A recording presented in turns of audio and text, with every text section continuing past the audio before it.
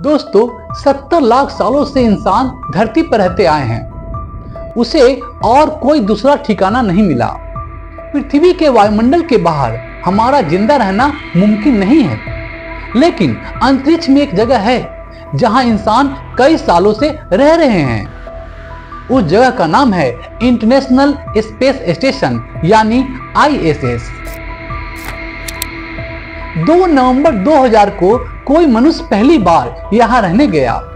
तब से यह जगह कभी खाली नहीं रही। इंटरनेशनल स्पेस स्टेशन पिछले 20 सालों से हमारा ठिकाना बना हुआ है। अंतरिक्ष की अनंत यात्रा पर चलने के लिए तैयार हो जाइए। आज हम बात कर रहे हैं मानव इंजीनियरिंग की एक अजूबे के बारे में, एक ऐसे महल के बारे में जो पृथ्वी के वायुमंडल के बाहर बनाया गया है। यह है अंतर्राष्ट्रीय स्पेस स्टेशन यानी ISS, अंतरिक्ष का सबसे अधिक महंगा बनाया गया मानव निर्मित ढांचा। दोस्तों, आज हम बात करेंगे एक ऐसे विषय पर जो हमारे अंतरिक्ष के साथ संबंधित है और जो आज के समय में विश्व का सबसे महंगा वस्तु है, अंतर्राष्ट्रीय अंतरिक्ष स्टेशन, जिसे हम ISS के नाम से भी जानते हैं। अंतर्राष्ट्रीय स्पेस स्टेशन को बनाने में कितना खर्च आया होगा, क्या आप इसका अंदाजा लगा सकते हैं? इसे बनाने में 100 बिलियन अमेरिकन डॉलर यानी 75 खरब रुपए से अधिक की लागत आई थी। यह एक अकेले देश का नहीं बल्कि 15 से अधिक देशों की सहयोग का नतीजा है। इसमें संयुक्त राज्य अमेरिका का नासा, रूस का रॉसकॉस्मोस और यूरोपीय अंतरिक्ष एजेंसी, जापान का जाक्सा, कनाडा का CSA, ऐसी बहुत सारी प्रमुख अंतरिक्ष एजेंसियां शामिल हैं। इसका मुख्य उद्देश्य वैज्ञानिक अनुसंधान और अंतरिक्ष में मानव के अवकाश का समर्थन करना है। इसमें अंतरिक्ष यात्री और वैज्ञानिक दोनों ही पार्टिसिपेट करते हैं, जो विभिन्न वैज्ञानिक प्रयोगों को संचालन करते हैं। यह 15 देशों के द्वारा संचालित है। जैसा कि मैं पहले बताया, इसमें अमेरिका, रूस, यूरोप और जापान और कनाडा जैसे देश शामिल हैं। इसकी गति वायुमंडलीय दबाव के कारण स्थिर रहती है, जिससे उसमें यात्री और वैज्ञानिकों को राहत मिलती है। अब सवाल उठता है, इतनी बड़ी राशि खर्च करने के पीछे क्या मंशा है, क्या कारण है? दोस्तों, ISS पृथ्वी के चारों ओर लगातार परिक्रमा करता है, ऑर्बिट करता है, जो हमें अंतरिक्ष में दीर्घकालिक मानव रहने और रिसर्च करने की अनुमति देता है। यह पृथ्वी पर वापस लाने से पहले अंतरिक्ष यात्रियों को ट्रेनिंग करने के लिए भी एक महत्वपूर्ण भूमिका निभाता है। ISS एक महत्वपूर्ण रूप से यूनिक अंतरिक्ष स्टेशन है, जो विभिन्न प्रकार के वैज्ञानिक और मानवीय अनुसंधानों के लिए उपयुक्त है, फेवरेबल है। यहाँ अंतरिक्ष में जीवन की अनुभूति के साथ साथ अंतरिक्ष के रहस्य, मिस्ट्रीज को समझने के लिए भी काम होता है। दोस्तों, इसका निर्माण 1998 में शुरू हुआ और 2000 में आधिकारिक रूप से प्रारंभ हो गया। इसे पूरा करने में 10 से अधिक वर्ष लग गए। विभिन्न देशों द्वारा निर्मित विभिन्न मॉड्यूलों को अंतरिक्ष में अंतरिक्ष यानों द्वारा पृथ्वी से लॉन्च किया गया था। फिर अंतरिक्ष यात्रियों ने इन मॉड्यूलों को अंतरिक्ष में ही जोड़ा, जिससे अंतरिक्ष स्टेशन का निर्माण हुआ। यह मानव इंजीनियरिंग और अंतर्राष्ट्रीय सहयोग का एक सच्चा चमत्कार है। अंतरिक्ष स्टेशन पर कई तरह के वैज्ञानिक एक्सपेरिमेंट होते हैं।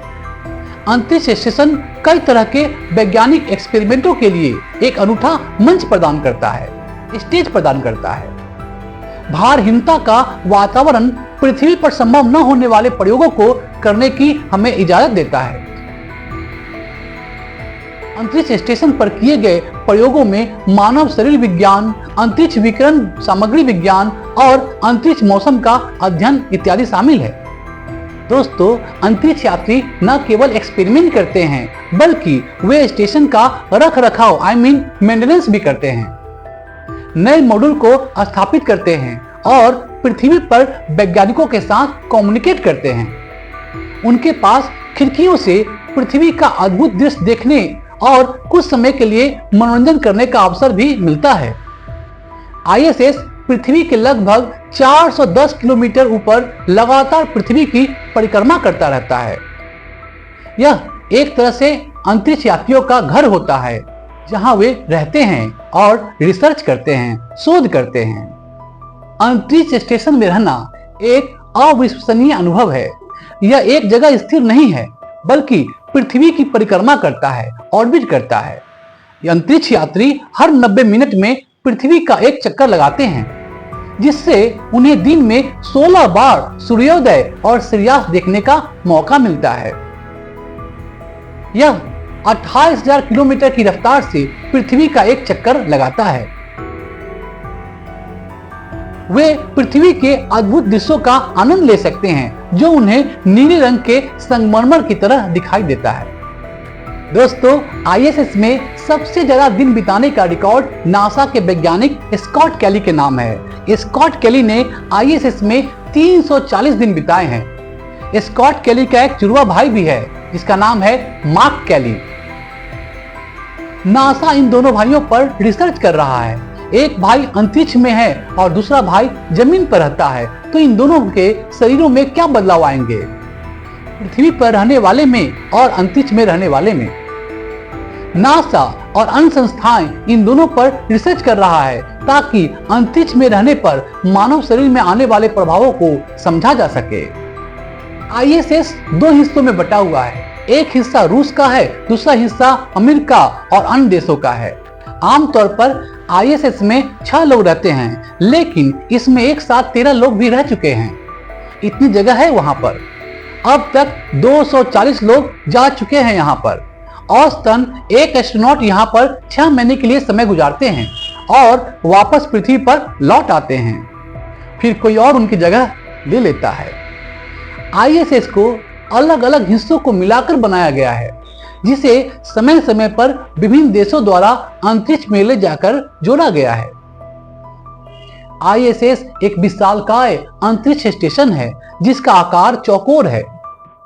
ISS की लंबाई एक छोर से दूसरे छोर तक 357 फीट या 108 मीटर है, जो लगभग एक अमेरिकी फुटबॉल मैदान के आकार के बराबर है।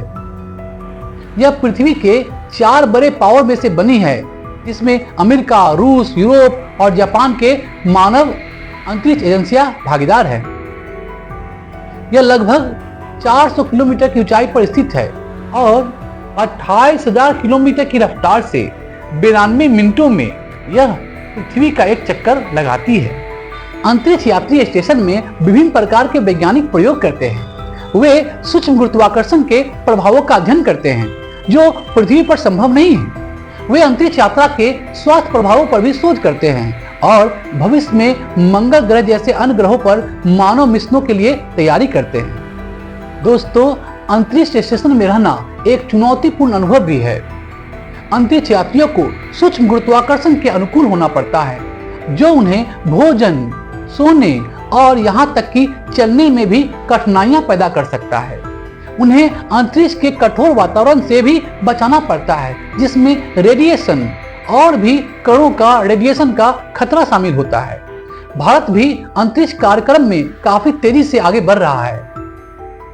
भारतीय अंतरिक्ष अनुसंधान संगठन यानी इसरो अपना खुद का अंतरिक्ष स्टेशन यानी गगनयान बनाने के काफी करीब है।